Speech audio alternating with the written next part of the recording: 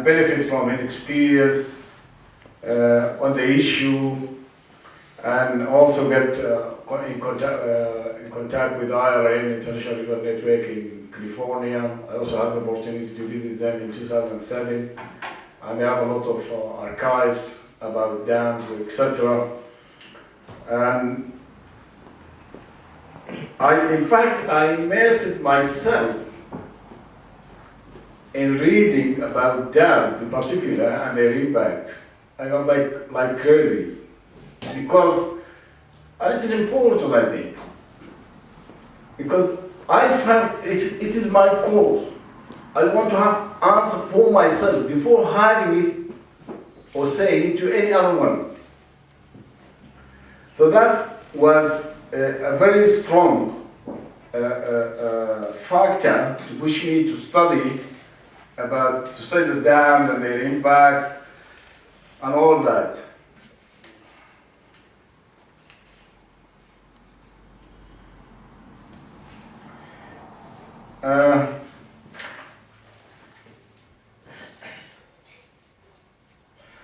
During this period of looking for knowledge from whatever source I come across,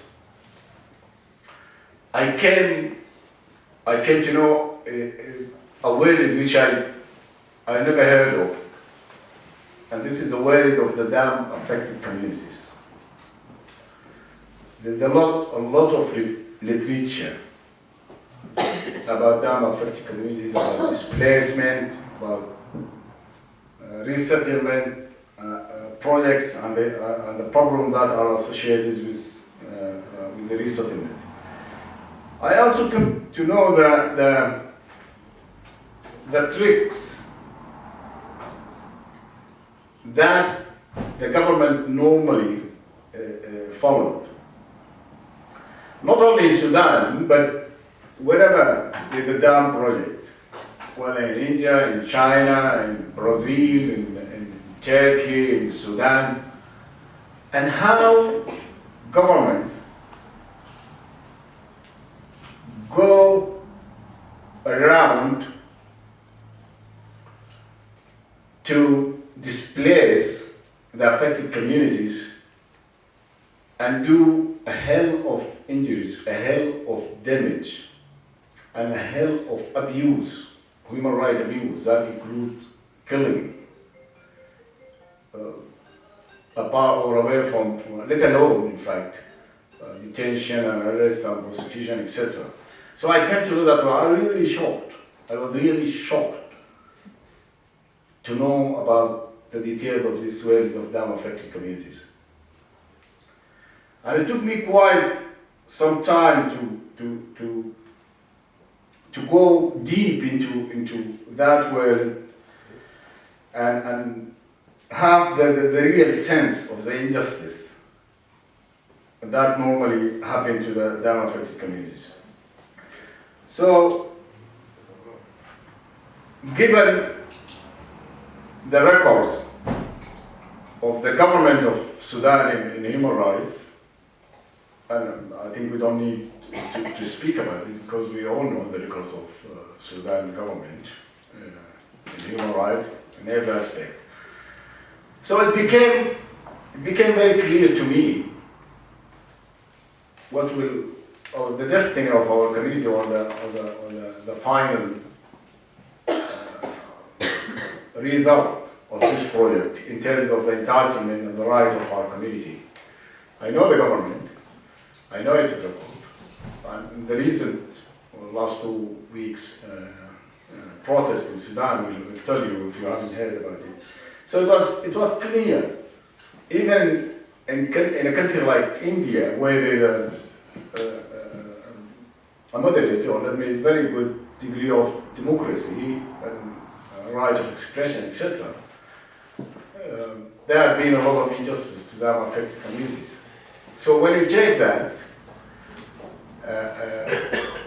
to a government like the one we have, then you can easily arrive at the conclusion.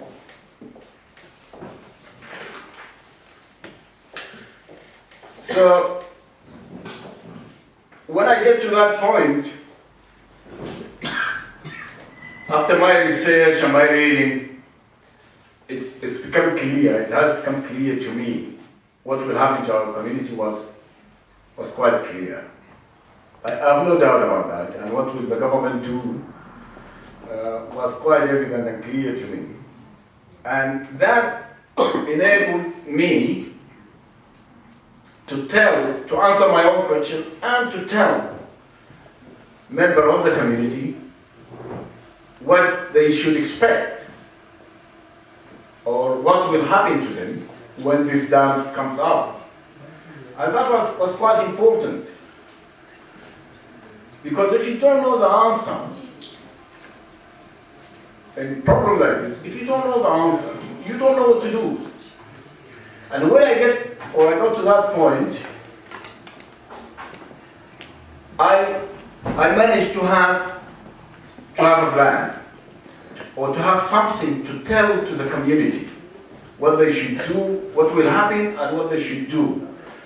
And in reading about dam project, I also realized, and I have a lot of discussion with my friend Nick about this. One of the problems with dams is that the government, not only in Sudan, around the world, it's a pretext. Dams, one of my conclusions, dams projects are pretext or cover. The ruling elite use to take the land of poor communities, of marginalized communities. And I can give example until Nick will also speak maybe after me. Dr. Gayam also is expert on this. But for me, this was clear. Because what happened is that the government takes the land almost for free. And they give you a land like they gave to us. They gave us desert.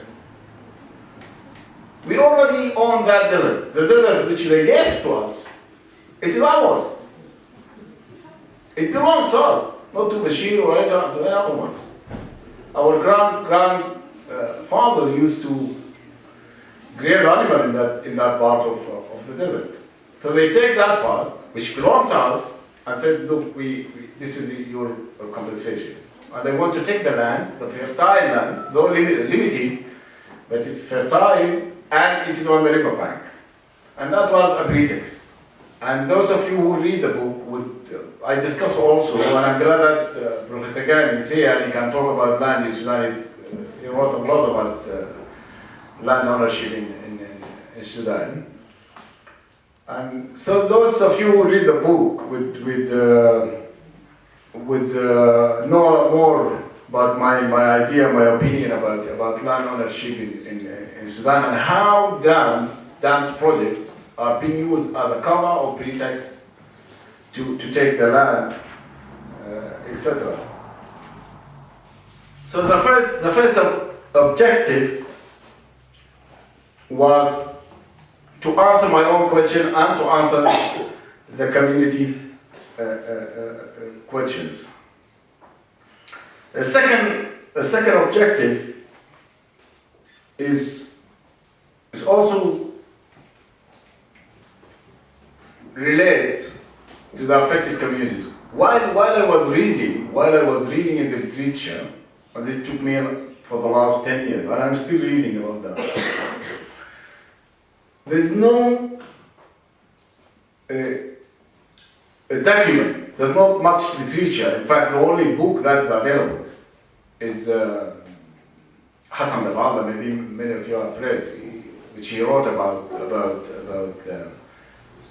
the Nubians. And again, those of you who read the book, I also talk about Hassan Dafallah in his book. Because what Hassan Dafallah wrote is an official description of what happened to the Nubians.